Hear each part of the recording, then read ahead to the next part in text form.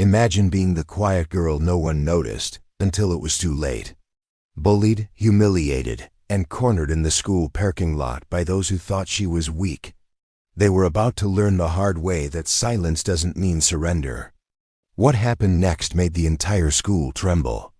This shocking story will leave your jaw on the floor, so don't blink. And before we begin, hit that subscribe button for more jaw-dropping stories that reveal the hidden strength behind the silence. The silence before the esterum. She was the girl no one really paid attention to. Her name was Lana Brooks. Slender, pale, hair always tied in a loose ponytail, clothes modest and worn. She moved through Roosevelt High like a ghost. No one knew where she came from. No one really cared. She barely spoke unless called on, and even then, her voice was so soft it got drowned in laughter or ignored by teachers too busy dealing with louder students. But Lana watched and remembered. Every insult, every shove, every sideways look filled with disdain. Especially from the ruling trio of Roosevelt High: Camille, Macy, and Zoe. Blonde, loud, rich, and cruel, the three girls treated bullying like a game. They hated Lana for no reason other than her quiet presence made them feel irrelevant, and their favorite pastime became poking her just to see if she would cry. But she never did, not once, and that unnerved them more than any scream ever could. One Thursday afternoon, the trio pulled their usual stunt in the cafeteria. Macy accidentally spilled chocolate milk on Lana's sketchbook while Camille sneered, "Oops, didn't know you could draw and be invisible at the same time."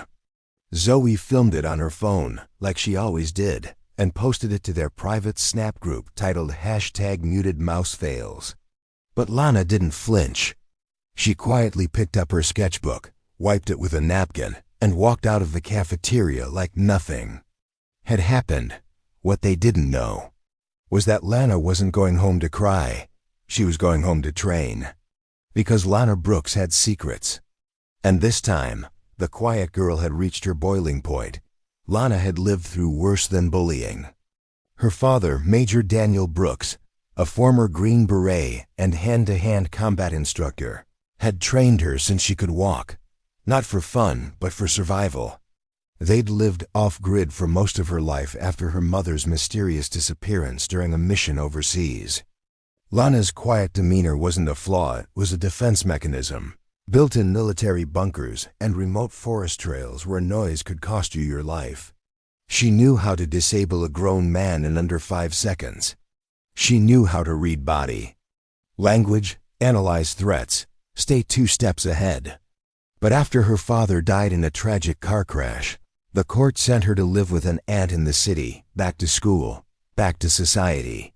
She had promised herself she wouldn't draw attention. No fights, no drama, just make it through. But Roosevelt High was a battlefield, and Camille, Macy, and Zoe had unknowingly woken a sleeping giant. That night, Lana pulled out a black duffel bag from beneath her bed, the one thing she had taken from her father's army bunker before social services arrived.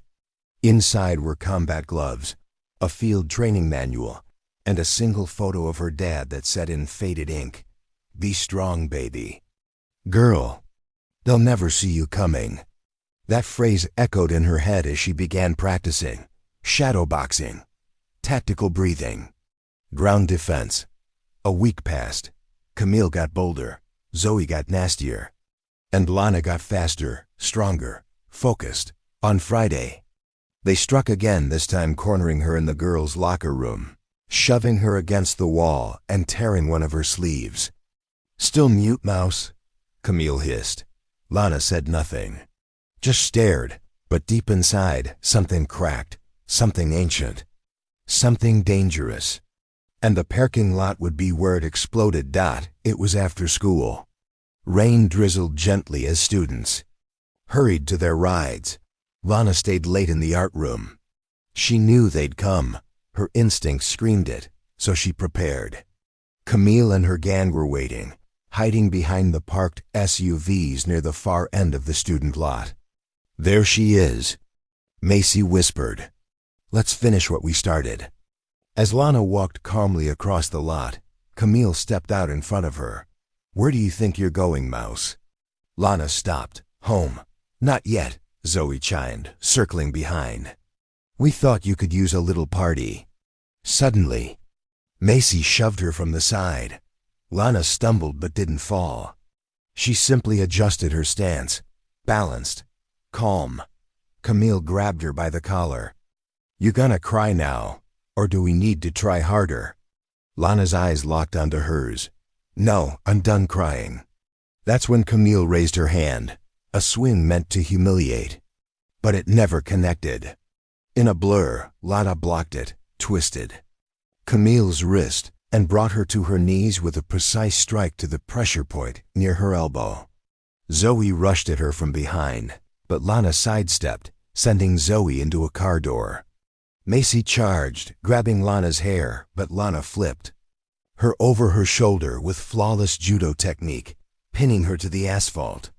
Screams echoed across the lot as the three bullies writhed, stunned, gasping for breath. Phones were out. Students were recording.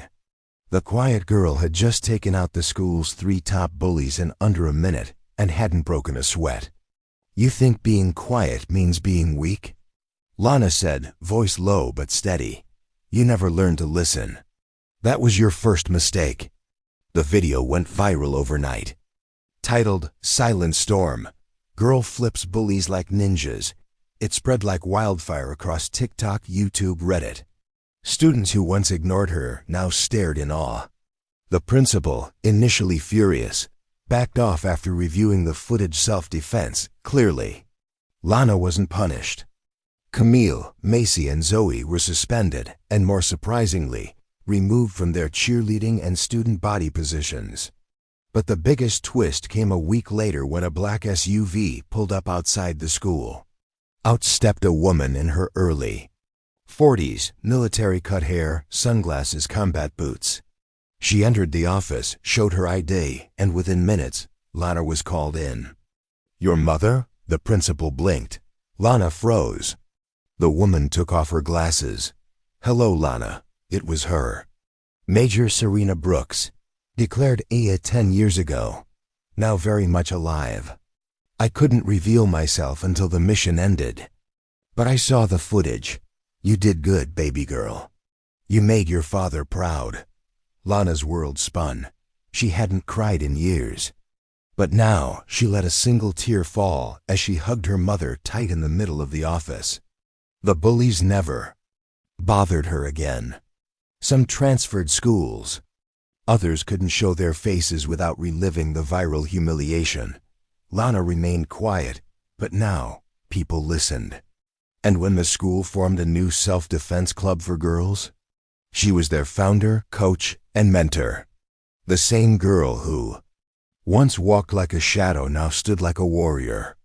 Because sometimes the quiet ones are just waiting for the right moment to roar, and when they do, the world never forgets.